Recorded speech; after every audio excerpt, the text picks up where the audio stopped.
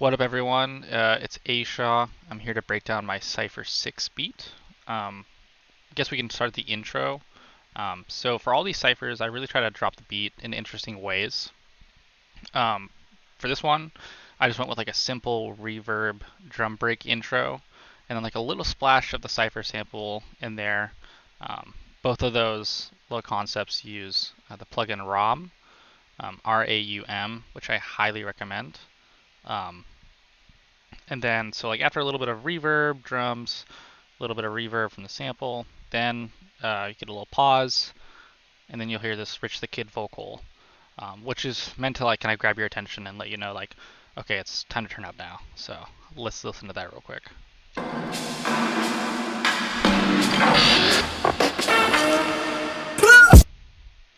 Yeah, and so basically the goal there was to make it pretty simple to kind of understand the intro, because in my opinion, you don't want to make intros too complicated.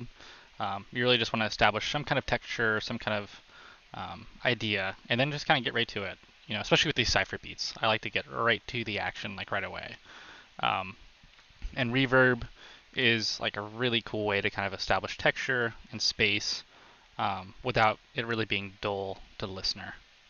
So yeah. Then onto the drop. The drop gets pretty heavy. So basically, there's not a whole ton going on if you really break it down. Got some like really simple kick snare pattern, really simple. Really relying on the 808 to do a lot of the heavy lifting here, as well as the vocal. Um, but yeah, so we got a lot of 808, really simple pattern though.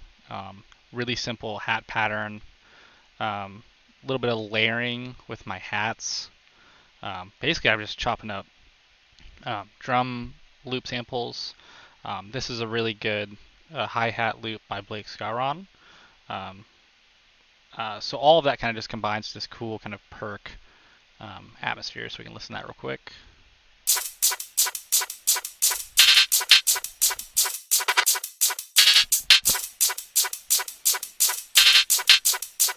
And the goal with those perks is to provide a lot of high-end context without like blocking up a lot of the mid-end. So you'll see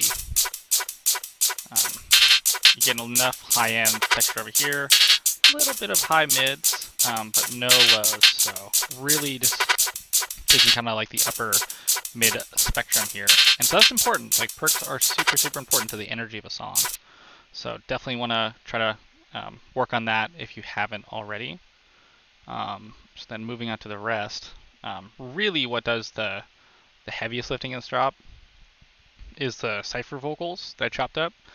And really I think you should think about, I got taught this advice a while back, that you can treat vocals as like an instrument of their own. Mr. Carmack does this really well. Obviously Tsuruda does it really well. So if you ever kind of are wondering what I'm talking about, just listen to any number of their beats and they'll show you how to use vocals as an instrument and really treat them as a lead. So basically I just chopped up the cipher sample a little bit and arranged it in a way that kind of made sense to my brain, made it sound like they were saying something, trying to get a point across, and you'll hear like this kind of like hardcore theme. Honest hardcore, honest hardcore, honest hardcore, honest hardcore. So yeah, kind of a cool pattern. And then the key here to like making this sound even more like full and like in your face, I added some saturation, just a preset in Ableton.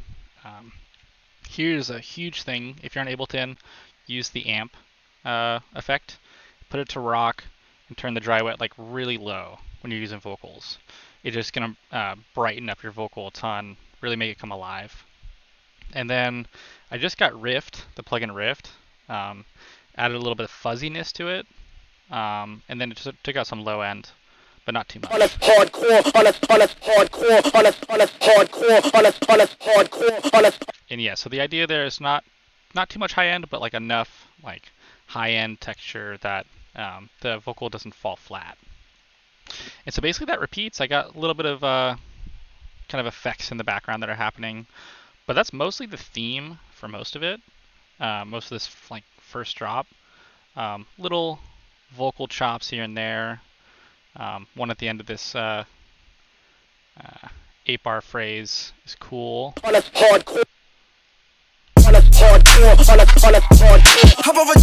So yeah, that last little vocal is like, okay, like that was something different. Let's lead into this next section.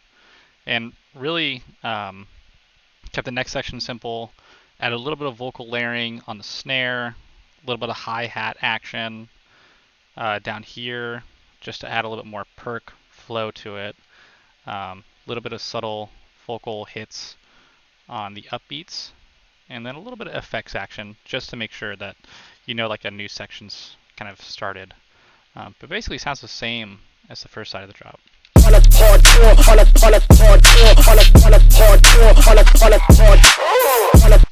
That was a new little part. I knew that last time in that section I did something else. I did a little pitch up with the 808. So for this one, add that cool little vocal, kind of makes it different, and makes you realize, okay, the song is progressing. What's going to happen next? And so then, coming into this final switch up.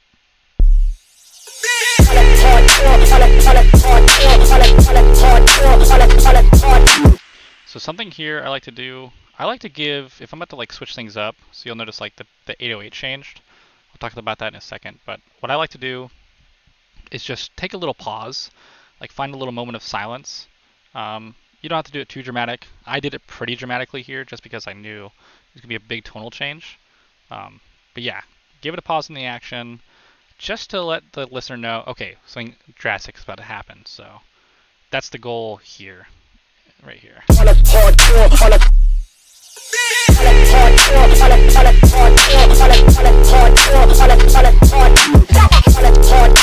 So you'll notice a couple things are different. Most noticeable is the 808. So I made, let's see what I do.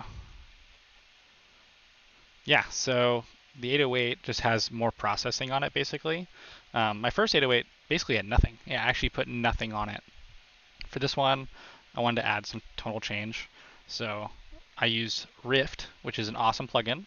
I just got it and I already love it. So I just found a preset and it changed the tonality. Here's without it.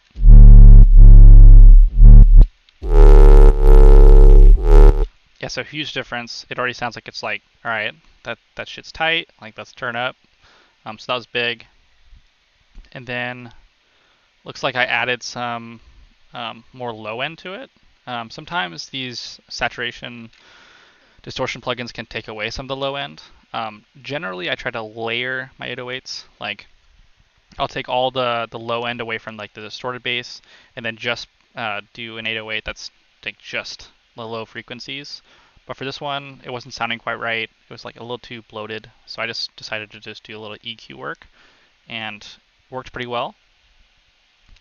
And that's it as far as processing. I did add a little reverb to the 808 for the end of these phrases, just to kind of do a cool little effectsy thing. Yes, you definitely can use reverb on your 808s. That's totally cool.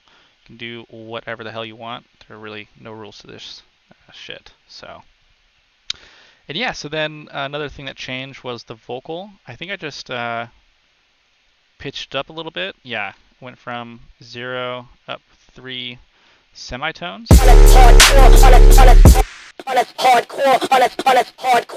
Made sure the processing all sounded good. Sometimes if you pitch up, things can get a little more bright, but luckily this one was good. I think I even, I added some erosion to give it even more of that like vinyl feel. So you can hardly hear it, but it really does kind of make a difference. Just those little effects kind of adding up to the big picture. And yeah, that's basically it. I pitched down the vocal in the last part to like, just to change things up and make it go a little deeper. And then I do the classic air, the siren. I think that's a classic technique for just like making sure things are wrapping up and like you're reaching the peak of the song. And then worth noting is this splash. I added a ton of reverb to it, and it basically acted as like a big crash to kind of carry you into like this last drop, and you're like, Like things are big and bright. It's awesome. Yeah. If you take that away, it's a little different. Actually, it's a lot different. You can kind of tell that like it just has a little less energy, a little less context. So I really think that's like a good thing to do if you're trying to do like kind of wrap up a song or add more energy. Let the listener know like this is a part to really kind of expand and carry energy through. Yeah, and that's basically it. It just kind of the 808 doesn't change too much. I do a little bit of 808 action here, like a little boom boom. And yeah, that was just kind of like change up the 808 a little bit, give it a little bit more tonality, a little bit different notes, just to do it. And that's basically it. Yeah, if you have any questions, feel free to hit me up. I'd be happy to talk about it more.